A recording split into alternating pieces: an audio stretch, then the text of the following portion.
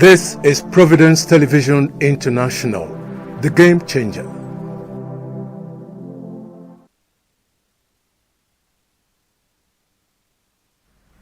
Welcome to the newspaper analysis on Providence Television International. I am Ugbebo Ikekwa. I would always want to thank you so much, our viewer out there, for staying with us. To analyze the papers today, I have with me the Chief Executive Officer, Providence Television International, Dr. Emmanuel Egariba. You're welcome. Well, as usual, we'd like to say welcome to you. It's a wonderful day. We are looking at a lot of issues arising from the newspaper, so welcome back to this program. And before we start to analyze the news, the CEO has something for us. Well, I just want to quickly remind our viewers, a lot of people might not know this. On this day, June 16th, 1963, the world saw something that was spectacular. Cosmonaut Valentina Tereshkova of the USSR became the first woman to travel into space above the Vostok 6 spacecraft. This was a spectacular thing. She was not the first human being to go into space. The first actually was Yuri Gagarin, a very young man, also from the old USSR. Gagarin was, he did that on the 12th of April 1961 at the age of 27. He didn't live long actually. He was born in 1934, died in 1968. He was aged only 34. And he passed away when he was flying a MiG-15 fighter jet. But let's go back to Valentina Tereshkova. Tereshkova, she's still alive, by the way. She's now 88 years old. She broke all records. As a matter of fact, these two people, Yuri Gagarin and this wonderful lady, they were the ones who showed the U.S. the way to go by way of space travel and space exploration. The first man in space, the first woman in space, both came from the USSR, the old USSR, now known as Russia. And a lot of people might not also know this. Russia is the only country in the world that has a population that is over-educated. And that is the truth. So we must thank them. They started the space race, as it were, and the United States joined much later. In fact, they were also the first. We'll talk about that in some other programs. The United States was the first to go onto the moon. Remember Neil Armstrong when he stepped onto the moon? We'll talk about that. Please, this is still Tereshkova and the spacecraft that she used, but maybe some other time we also have enough time to talk about Neil Armstrong, who was the first man to step on the moon from the United States. Back to you. And so we'll go straight to the front page of the Punch newspapers, where we have Tinubu-Shettima alliance under fire. Rift deepens in APC over 2027 power formula. National Assembly caucus backs Shettima. Governors split. Yeah, so there's a big problem in the ruling party. And a lot of people saw this coming because you realize that in the recent past, Shettima has been sidelined in so many ways. And that has created some ripples across the party. But many people are not surprised about this development.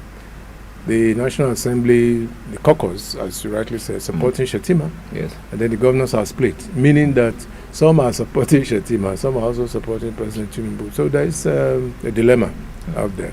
How they are going to solve that problem, I don't know. And many people, I'm sure they don't know. But I think it's too early yet. The permutations are still on. 2027 is still far out. We have a couple of years to 2027. And I just imagine that it's too early to be talking about politicking towards 2027. There are so many things on the burner at the moment. Issues of economy, issues of insecurity. They are there. And people are wondering why attention now must be paid to 2027 when we are still in the middle of the tenure. Exactly. So I think all attention must be shifted away from there. That's what I say. And emphasis must now be placed on the things of national interest. Exactly, yes. Yeah. But much as attention will be shifted from there, there's always this trend. Nigerian presidents especially, and their vice, they always have issues always. We remember the time of Yes, Obasanjo, Atiku. Yes. There was Obasanjo, Atiku, Buhari, and this other man did not go down too well. And then we're having this. Osinbajo was even close. Was close to Buhari, I mean, to a very large extent. But you see, the thing trickles down to the governors. Many of the governors are out of sync with their deputy governors. Exactly. Okay? And I don't know why that should be. Maybe because the constitution does not quite have a specific role or specific roles for them. So that may create some very terrible things. I may remember what happened between Obaseki and Shaibu. Yes, exactly. Even right here in Edo State. Exactly. And so many areas. So, but I think that this shouldn't be. I mean, we must pay attention to the finest details of governance. That one is a problem that has to do with the party. It shouldn't concern Nigeria. Actually, we are looking forward to things that will raise up the standard of living in this country, rather than permutations for who becomes president and who does it. And even if you even remember very well, Tinubu seems to have a record for having issues with his deputies. You remember Kofoworola Bokno there? She's still complaining today. Yes, I mean, I read in the paper the other day. The lady is still complaining that. She is not particularly in sync with President Bola Tinubu. Even now, yes, I think there are still some grudges here and there. So, but that's the way of the Nigerian politics. Well, moving away from politics, we now come to security. The issue of security has become a serious problem in Nigeria. Moving to the front page of the Nigerian News Direct, Benue killings. This is genocide. We are no longer safe in our homes. Youths cry out. Pope Leo, Atiku, Obi condemn, silence, demand justice. And Tinubu is saying, enough is enough. Well, enough is enough. It's been trumpeted over time. Security chiefs have been given specific assignments down the line, but we are not getting the results, unfortunately. And the Benue killings, now that the Pope has spoken, that means it has assumed an international status. Exactly. That's what it means. Yes, please, can we see that? Can we see that as regards the Pope, the Guardian, front page of the Guardian, because the Guardian actually came out. Yes, Pope decries terrible massacre in Benue as Tinubu rallies security chiefs. And don't forget, the Pope is touched because the governor of Benue State is a priest. Exactly. Yes, is one of his own. So I imagine, and Benue has, I don't know how they do it really. You remember Adasu? In those days, a Catholic priest who was also the governor of Benue State. Now we have another priest. I just pray that this is not, it has nothing to do with religious undertones, as it were. But it's a sore point for this country. It's a sore point for the international community, because the Pope has said very clearly, this is a major massacre. Yes. People are just being killed on a daily basis. In fact, there's something trending now, the social media, that the road to Makurdi is totally blocked. Okay. Makurdi is in Benue, totally blocked. In fact, it's a danger zone. Yes. And that clip warned that people, if you had intention of traveling to Benue, say just forget it. Yeah, the road through Makurdi is blocked completely. And I'm sure this has been done by youths. And there's a face-off between the youths and the Fulani herdsmen. Why must this continue to be? This is the problem. This is a major problem for our security forces. And I guess the earlier the presidency tackles this, the better for all of us, because it could snowball into neighboring states. Of course, there's no state now that is completely free from all these infractions. But it's just that in the case of Benue, something really terrible is happening in that state. Don't forget, on Good Friday, over 60 were massacred. Yes. So it was a black Good Friday, really. We talked about this on this program. We are just hoping that the Security High Command will do what is needful. If possible, they can deploy.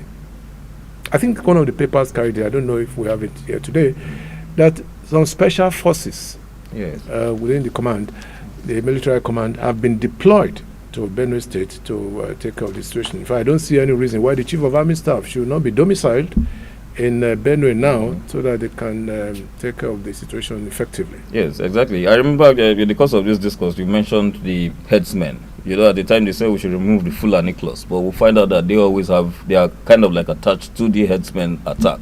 And so, on this note, are you in support of ranching? Ranching is not. When you say ranching, it means you have to bring all these animals Yes, into one place, exactly. which is contrary to this whole idea of moving cattle from one place to the other. Ranching is the order of the day all over the world. Okay. Create ranches for them, but not to take the people's lands. That's where the problem That's lies. where the problem lies. You can create ranches, why? And for animal husbandry, this is the best form of practice. I mean, they do it in New Zealand, they do it in Australia, they do it in Argentina, they do it in Brazil, for instance. Why should it be alien to Nigeria? And in any case, this whole idea of moving cattle from one place to the other, this pastoral thing that they talk about, it's it's an idea that has died. I mean, died very many years ago. Why are we still doing it?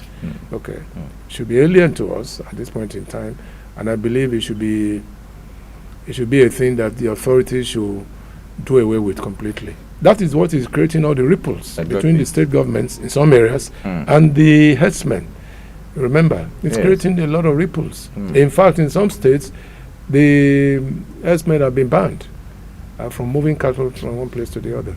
Only yesterday we were talking about aviation. Yes. In a situation where you are moving cattle across runways in the airports. I mean, that's unearthly. It's barbaric to start with. Only in Nigeria. Only in Nigeria, yes. Well, let's move down now to business. On the front page of Business Day newspaper, we have stronger naira seen as oil prices up on Middle East tensions. Well, I pray for that. I mean, obviously, what we're moving towards. I mean, this is the middle of the year. We're inching towards summer. Okay, we're inching towards August, September, October. Then December will just be here for us.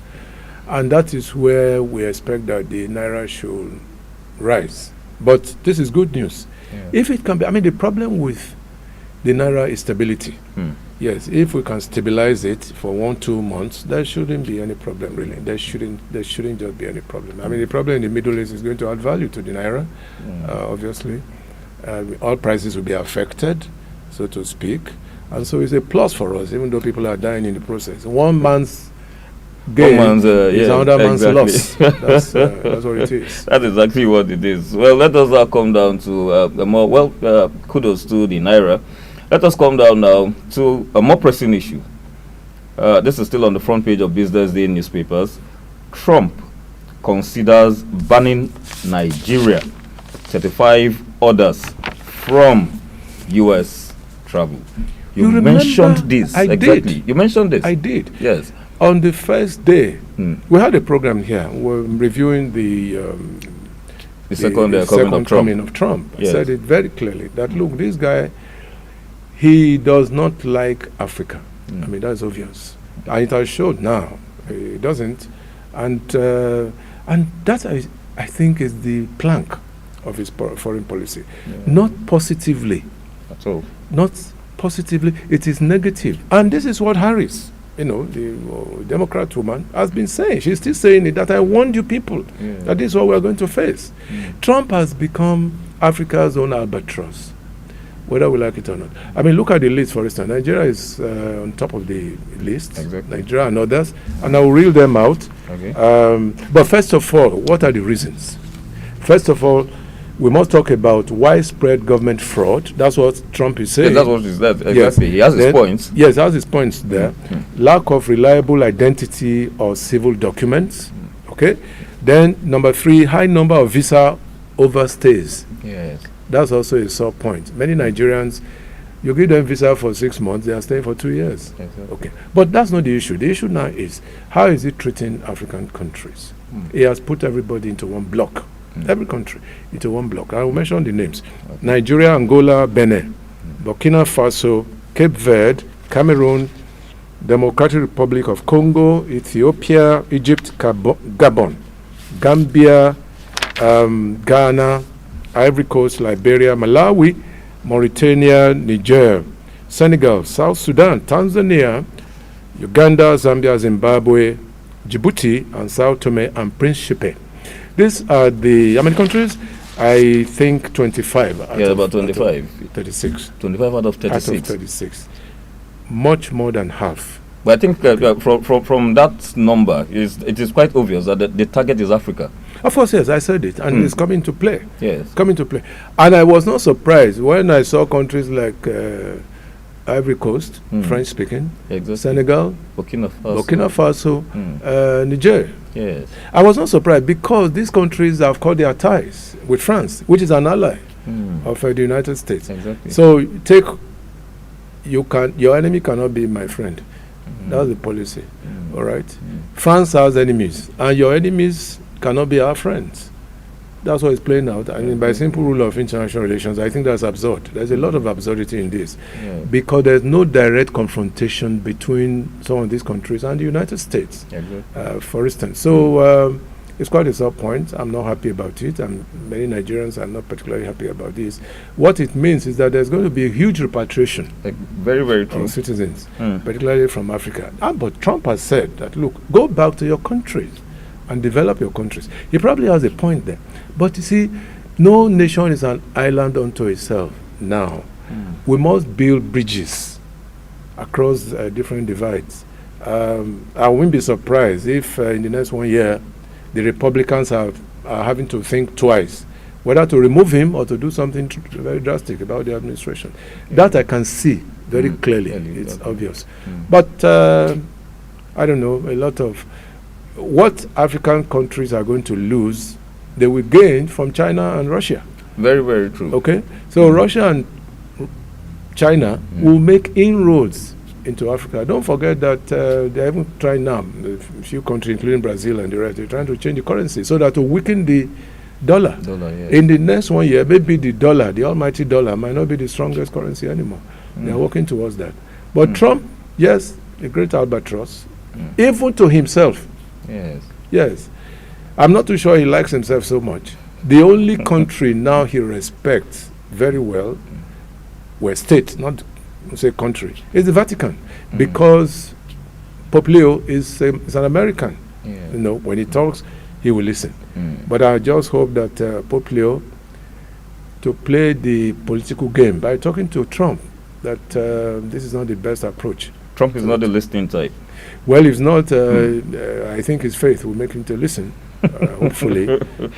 Yes. Well, I really agree with your point that Africans, especially Nigerians, should come back home. But then there are these clauses. The home that they are coming back to, where is the enabling environment? We said that before.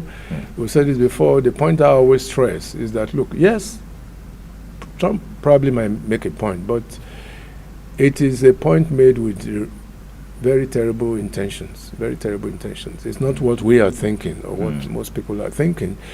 Yes, leadership in Africa, I'm not even just talking about Nigeria. Leadership in Africa must look inwards. Okay?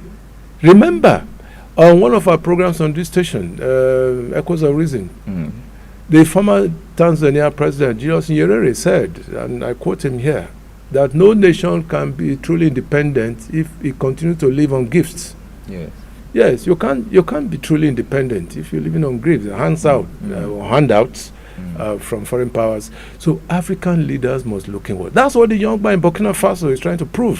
Very true. Yes, and it's turning things around to the chagrin of many African leaders.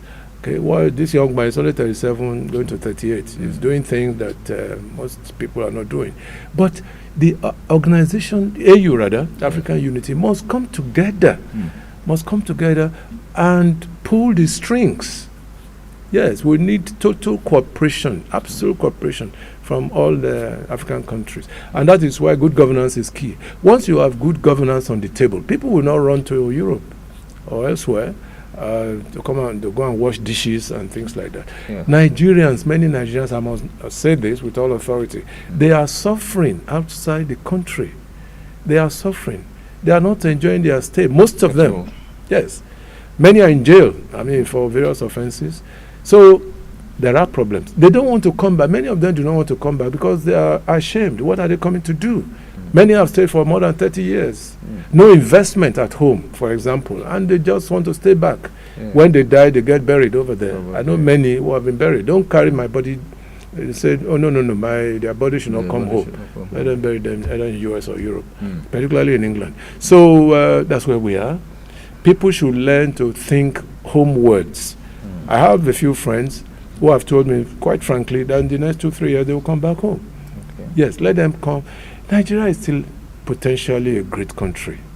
Yes, it's potentially a great country. What they are saying is that when we have the right leadership to take us through the what you call the maze, the labyrinth, we'll get there. Ultimately, we'll get there. All right. Well, so many people might not understand the next headline, and so I'm going to explain a little. Just like you have something like the NNPC, yes, the NNPC depot, the NNPC outlets where you can get fuel. The next headline, still on business day, is exactly what Dangote is planning to do nationwide. Depot owners hit as Dangote begins nationwide petrol diesel distribution. This will be starting on August 15th. Are they saying that what Dangote is going to do is not worthy? They are saying that that depot owners are going to be hit seriously. Well, I wish I knew the reason.